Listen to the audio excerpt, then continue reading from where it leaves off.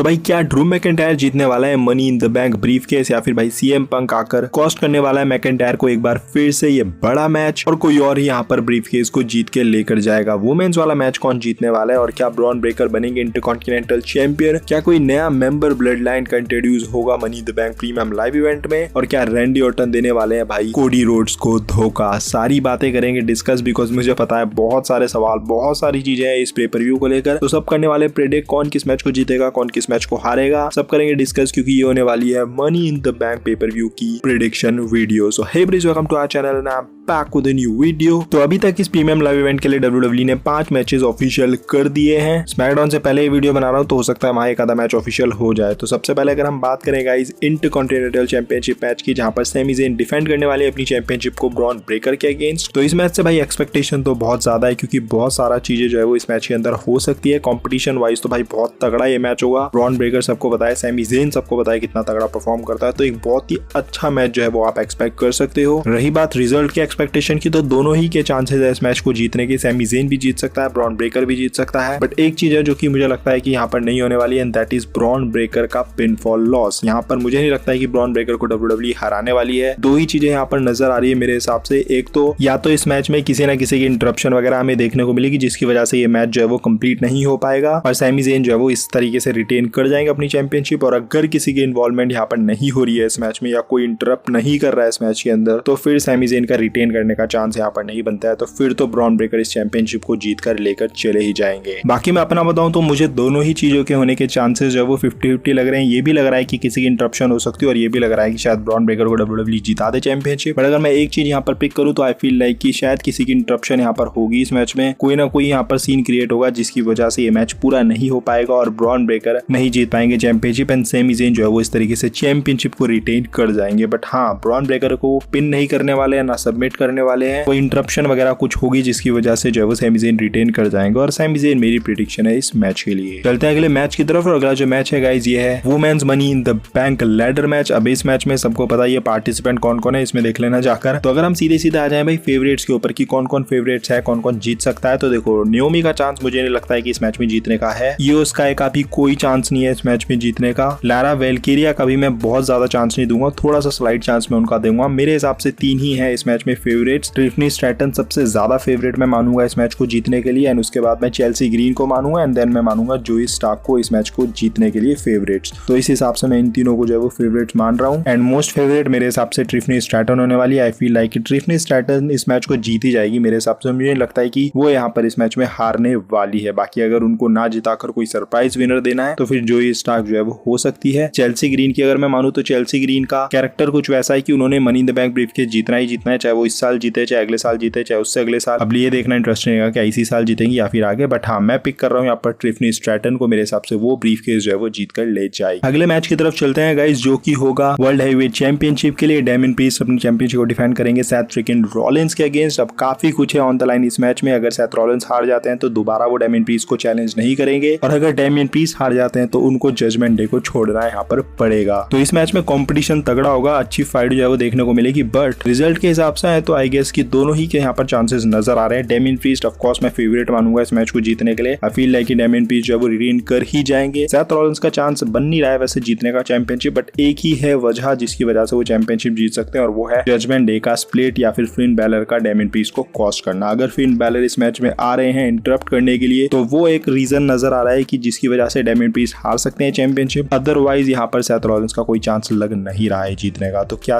Finn Balor Damien priest को cost करने वाले हैं ये मैच? ये एक चीज है जो कि बहुत ज्यादा इंटरेस्टिंग रहेगी। बट आई फील लाइक कि डेमियन प्रीस्ट जैसे ना तैसे करके इस मैच में जो है वो रिटेन कर ही जाएंगे चैंपियनशिप, एंड जजमेंट डे जो है वो उनकी शायद हेल्प कर जाए। मे बी मैच के बाद हमें कुछ देखने को मिले, तो कुछ ना कुछ तो यहाँ पर अलग जो है वो WWE ने प्लान करके रखा है इस मैच में, क्योंकि जैसा दिखा रही है WWE सिंपल वैसा नहीं होने वाला है रिजल्ट। कुछ ना कुछ तो एंड में होने ही वाला है। सेथ रॉलिंस यहाँ पर इजीली तो इस मैच में नहीं जीतेंगे। सेथ रॉलिंस का चांस जीतने का सिर्फ तभी बनता है जब फिन बैलर कॉस्ट करेंगे डेमियन प्रीस्ट को, अदरवाइज सेथ रॉलिंस इस मैच में नहीं जीतेंगे, एंड डेमियन डेमियन प्रीस्ट को मैं फेवरेट मानूंगा इस मैच में जीतने के लिए। आई फील लाइक कि अभी शायद डेमियन प्रीस्ट से चैंपियनशिप ना ले WWE एंड डेमियन प्रीस्ट को WWE को बेबी फेस में टर्न करना है, तो हो सकता है कि ये प्रीमियम लाइव इवेंट जो है वो डेमियन प्रीस्ट को बेबी फेस में टर्न कर दे।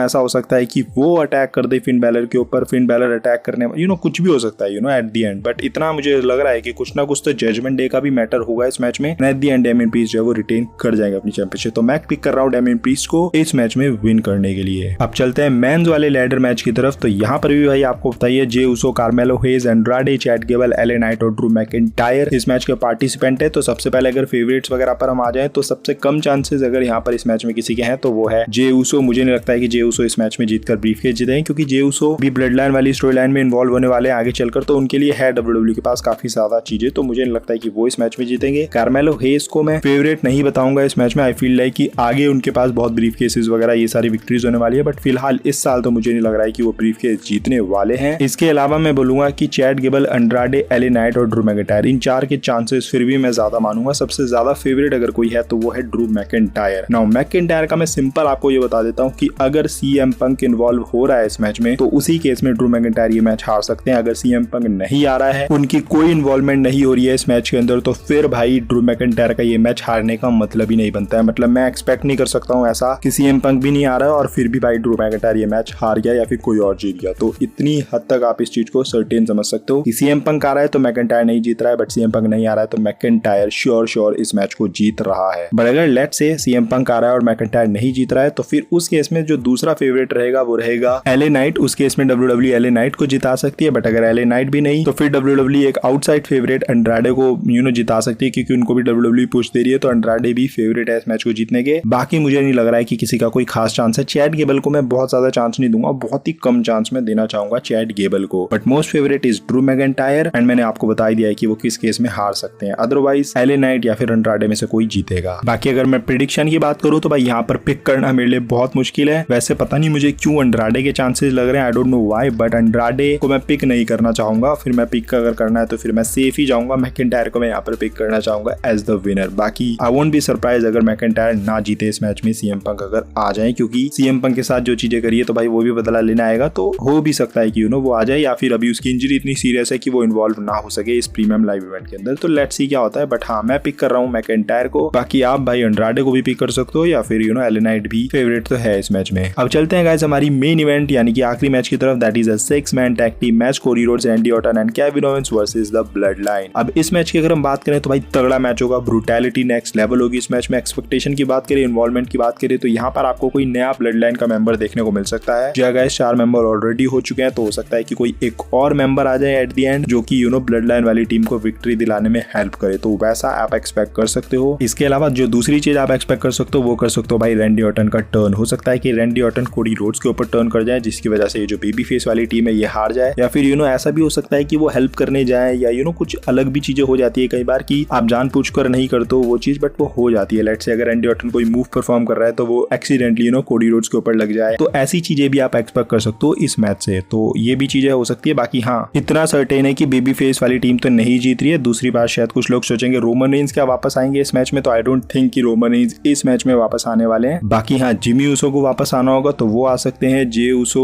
इंटरप्ट वैसे लगता नहीं है जे ऊसो का, बट हाँ जिमी ऊसो का मैं कह सकता हूँ कि अगर वो आ सकते हैं तो वो आ सकते हैं। अदरवाइज रोमन रेंज का इस प्रीमियम लाइव इवेंट में तो मुझे लगता नहीं है कि आना होगा। एंड चांसेस बेबी फेस वाली टीम के बिल्कुल भी नहीं है। ब्लड लाइन ही जीतेगी इस मैच को। सवाल ये है कि किस तरीके से जीतेगी, क्या चौथा मेंबर आएगा इस मैच के अंदर, या फिर रैंडी ऑर्टन कोडी रोड्स को आरक्यू वगैरह लगाएंगे, या फिर वो कॉस्ट करेंगे मैच। तो वो देखना इंटरेस्टिंग रहेगा। बाकी विनर तो मैं ब्लड लाइन को पिक करूंगा और ब्लड लाइन ही इस मैच में जीतेगी। अब अगर हम छोटी सी बात कर ले रिटर्न्स वगैरह की, तो सबसे पहले रोमन रेंज की अगर हम बात कर ले तो मुझे लगता नहीं कि रोमन रेंज इस प्रीमियम लाइव इवेंट में आ सकते हैं, बट आप बहुत ही स्लाइटली 1% में चांस दूंगा रोमन रेंज को। रोमन रेंज की कब रिटर्न होगी उसके ऊपर सेपरेट वीडियो मैंने बनाई है, तो जाकर देख लेना, आई बटन में मिल जाएगी ये वीडियो। बाकी अगर रोमन रेंज नहीं तो फिर भाई YH6 में हमें देखने को मिल सकते हैं। मे बी एलेक्सा ब्लिस आ जाए, YH6 को ज्वाइन कर ले। YH6 का एक इंटरप्शन देखने को मिल सकता है किसी मैच के अंदर। मे बी किसी को अगर ब्रीफकेस ना जिताना हो तो वो उसके ऊपर अटैक करके या फिर उसको इंटरप्ट करके उसको कॉस्ट कर सकता है मैच। तो YH6 ये भी कर सकते हैं। तो YH6 की कोई इन्वॉल्वमेंट आपको शायद देखने को मिले मेरे हिसाब से प्रीमियम लाइव इवेंट के अंदर। वो किस तरीके से होगी, कैसे होगी, वो इंटरेस्टिंग रहेगा देखना। बाकी ब्लड लाइन में कोई आपको नया मेंबर देखने को मिल सकता है, कोई जायंट वाइंट, कोई तगड़ा सा बंदा जो है वो ब्लड लाइन को ज्वाइन कर सकता है। तो वो भी एक चीज है जो कि आप एक्सपेक्ट कर सकते हो, क्योंकि ब्लड लाइन अगर जीत रही है तो ब्लड लाइन एक प्लान के साथ आएगी एंड वो प्लान किसी की डेब्यू कराना हो सकता है, नॉट रिटर्न, सॉरी मैंने रिटर्न अभी वर्ड यूज कर दिया, रिटर्न नहीं, किसी का डेब्यू हो सकता है बेसिकली ब्लड लाइन। बाकी ये थी मेरी प्रेडिक्शन। अगर आपको ये वीडियो अच्छी लगी होगी थोड़ी भी तो भाई don't forget to like, comment and smash subscribe button. मिलता है अगली वीडियो के अंदर। Till then love you all and do not give up, just keep fighting.